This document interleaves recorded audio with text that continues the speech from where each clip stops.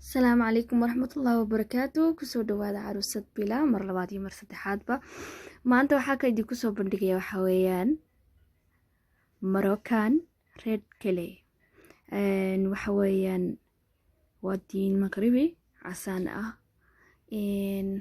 saasoo kale u eeg yahay waxa weeyaan waxa loogu talagalay wajiga in lagu nadiifiyo jirka lagu nadiifiyo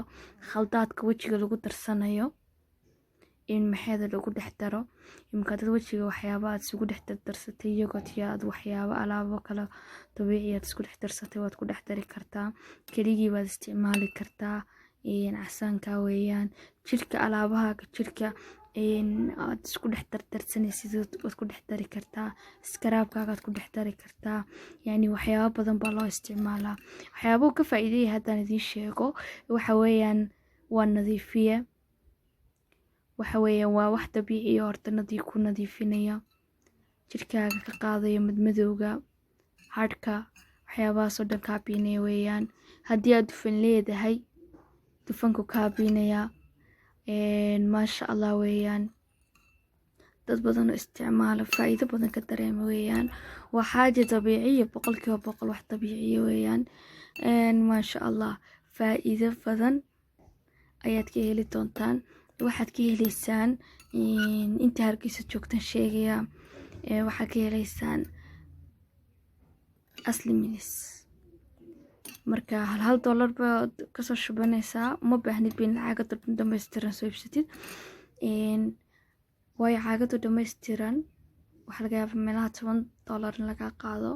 kan hal dollar baad ka soo shubanaysaa halka dollar waxa laga yaabaa inay ku hayso muddo dhan oo waqti dhan ku hayso baa laga dhici kartaba isticmaalkaaga ku xiran tahay maasha Allah alaabta weeyaan maasha Allah alaabta ayaan la moogaanin waxa la oranaysaa asli miris dad joogto waxaan oranaysaa red Moroccan clay marka haddii kale oo Hargeysa joogin waad ka helaysaa meelaha kale magac xagga hoosan idinku soo qori doona insha Allah dadka Carabaa meelaha jooga cadaarintii ka helayaan kuwaas iyagoo Moroccan clay waa dhowr nooc weeyaan